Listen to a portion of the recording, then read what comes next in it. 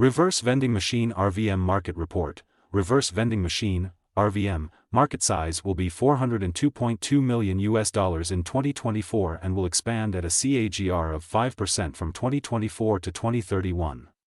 North America held the major market of more than 40% of the global revenue with a market size of $160.88 million in 2024 and will grow at a CAGR of 3.2% from 2024 to 2031.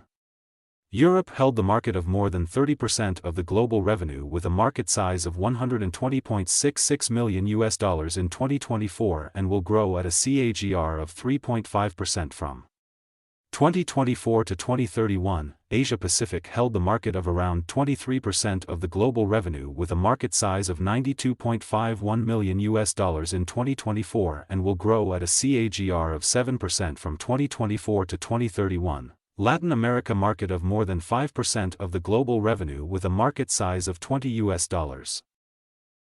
million in 2024 and will grow at a CAGR of 4.4% from 2024 to 2031. Middle East and Africa held the major market of around 2% of the global revenue with a market size of $8.04 million in 2024 and will grow at a CAGR of 4.7% from 2024 to 2031.